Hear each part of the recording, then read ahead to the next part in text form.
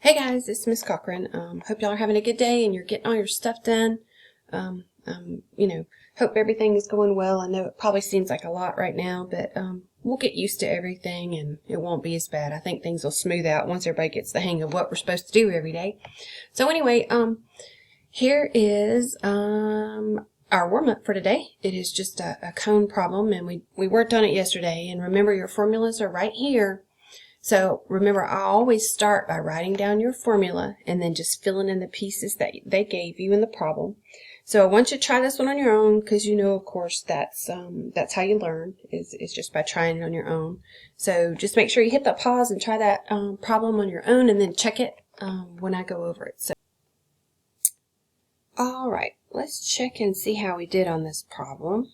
So I'm going to pull this block up and bring it forward, and let's see how we did. Okay, so the first thing we're going to do is always write my formula down. It is pi r squared height divided by 3. So let's plug in what we have. Pi is 3.14 times the radius squared. Now be careful, they did give me a radius, so there wasn't any tricky thing, trap going on there. And then times the height. And remember that we're going to divide it by 3, because if not, you treat it just like a cylinder, okay? So you've got to divide it by 3 to get your answer correct. So let's pull out the calculator, and let's go from here. I can do that 8 squared by itself, so I don't need the calculator for that part. Just remember, it's not times 2, it's 8 times 8, which is 64, okay? So you're going to end up doing 3.14 times 64 times 22 divided by 3. Okay? I hear my cat snoring in the background. That's kind of funny. Alright, so let's try this again. 3.14 times 64 times 22 equals, and then we're just going to go ahead and divide it by 3. And you're probably going to have to do a good bit of rounding on this unit. So we know this is going to be approximately 1473. I'm going to round to the 10th. Okay, so I'm going to look at that 0. And remember, 5 or more raise the score, 4 or less let it rest. That just means it drops off.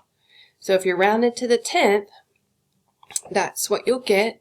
And then our units is centimeters.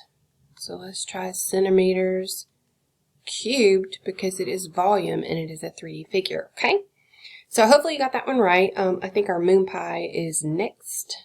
So let's see.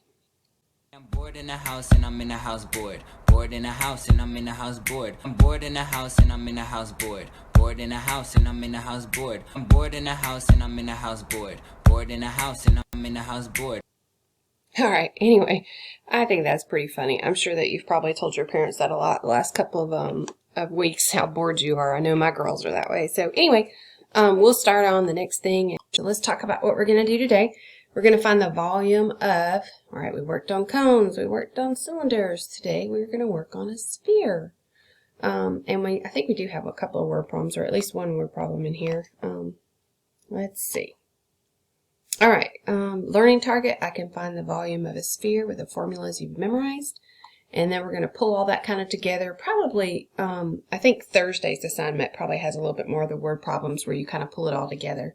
So let's see what we've got. We've got some examples here. And this is our formula for the volume of a sphere, okay? Y'all see that 4/3? Don't let that mess you up. When we work these, I'm probably going to use this part right here. Because what happens anytime you multiply something by a fraction, let's say a whole number here, let's say you had, I'm just making this one up on the fly, 12. What's going to happen is you're going to have to put that over 1. You'd end up multiplying by 4 and then just dividing by 3. So that's kind of where this portion of the formula comes from. So you're going to see me use this formula because I feel like it just works a little better when you're working on the calculator, okay? So let's see. Let's pull over. I think I'm making a mess out of this board today. My goodness, I cannot get my game on. Hopefully y'all are having a better day than me. I can't even blame the cat today. I don't know what the problem is. I'm just off. Alright, so let's try this again. First problem, we've got this little sphere and they gave us the radius. Now look y'all, seriously, see that right there? It's kind of changing on us, isn't it? When we dealt with our cylinders and our cones, it was radius squared. But in this case, it's radius cubed, so be careful. I'm going to write down 4 times pi, which you know is just going to be 3.14 times, and here's my radius. I'm going to put that radius right there, and it's going to be 4 to the 3rd power. I'm going to do all that on the top, and then I'm just going to end up dividing it by 3, okay? So let's do this. Let me erase all these arrows because I'm starting to mess myself up here. Okay, so let's just start with that exponent, okay? So 4 to the 3rd power. Don't do 12. I know our brain totally wants to do that, but it's 4 times 4 times 4. And remember, 4 times 4 is 16, and 16 times 4, you could do it on the calculator, but my goodness, I feel like we've had that one a lot. I think most of you have memorized that 64. So I'm going to go ahead and just write down each little piece as we do it. That 4 is straight from that part right there. We haven't done anything with that 3.14 yet. The only thing we've cleared is that right there, okay? So times 64 divided by 3. And class, you do realize that that just means multiply, okay? And I'm not doing the x because it makes it look like a variable, okay? So those little dots are actually your multiplication. So let's go over to our trusty calculator, and I'm just going to multiply all that mess together. So 4 times 3.14 times 64 equals, and I'm going to write that down, and then I'm just going to divide it by 3, and I'm going to find the volume of that sphere. That means how much that little sphere could hold if you were going to pour water down in it. Is 267, and y'all look at that right there. See that 9,4? That 6 is going to pop that up. It didn't say whether to round it to the 10th or the 100th. We'll do the 100th just, you know, for difference, since we haven't done that. So the 6 is 5 or more raise the score. It's going to pop that 4 to a 5. And then, I don't know what our units. Oh, inches. There we go. So it is inches cubed. Remember, tiny baby 3 is cubed because it is a 3-dimensional figure, okay? All right, so let's look at one more. And again, all you're doing is plugging in the numbers they gave you into the formula, and then you're just multiplying and then dividing by 3, okay? Let's look at the next one. Let's see.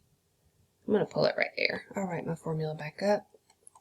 Volume is equal to 4 pi r to the 3rd divided by 3. Here we go. Okay. Uh-oh. Y'all are waiting on me to sing that Elvis song, aren't you? All right. Caught in a trap, blah, blah, blah. Okay, not today. Maybe tomorrow. Or maybe y'all should sing it and send it back to me. I need some laughs. Anyway, so don't get caught in a trap. Remember that 10 is your diameter, and we just need a radius, okay? So let's go back over, and we're going to put down 4 times 3.14 times radius cubed. Throw all that mess over 3. And let's see what we get here. Okay, let's start with the exponent. 5 times 5 times 5. I think we can do, because you think about quarters, okay? Money. 5 times 5 is 25. 25 times 5. If you had 5 quarters, that's $1.25, isn't it? So we don't even need the calculator for that part. So you've got times 3.14 times 125 divided by 3. Now here's the part where I'm going to just go and multiply it out. 4 times 3.14 times 125 equals, all right, 1570. I'm out of room. I'm going to put it over here. 1570 divided by 3 equals, all right, and we end up with 523.3 repeating. Remember that if it goes on forever, it is a repeating decimal. You just throw that little line over there. And it is centimeters cubed, because we're dealing, oh, I made a bad circle. Try again. because we are dealing with volume, okay? Now, I've had some people tell me that some of the big ideas they're not getting right, and I'm wondering if it is on the rounding. So make sure you read the directions and you're rounding to the to what they're wanting you to round to. It could be a whole number, it could be the 10th or the 100th. So just watch your rounding. And let me know if you're having trouble. I think I may load some more PowerPoints and stuff out there on our website under each of those days. So if you're still struggling with some of that, go back and check again. I'm going to put some stuff out there in just a minute on it. So anyway, let's see what else we've got. That's it for volume of a sphere. So your Wednesday work period, here's what you got to do. You go to the website, you go big ideas. Oh, did I just write that wrong? I think I copied and pasted and forgot to change it. I'll fix that. I think it says 8.3, volume of a sphere.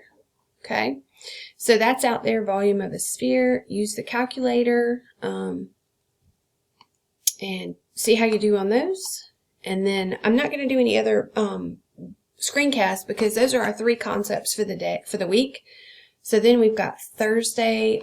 Everything's out there already for Thursday. That's where you're going to take it up a notch and work on some word problems. And it is a completion grade, so please don't stress out. Just try your best on it. There's also another video that teaches all the concepts again. And then Friday, we do have a little quiz, and this is problems that I picked specifically out of Study Island. So those are ones that I feel like we should be able to do without any issues. So there is a quiz out there for Friday, and it covers all 3 of these concepts. Okay, now you can use a calculator, you can use the formulas, but please make sure you get your work done. Otherwise, this will be my face when you don't get your work done this week. Okay, so y'all don't need me to look like that. Okay. All right. So anyway, have a good day. Try and get your stuff done. Let me know if you have any issues. Okay. Talk to you later.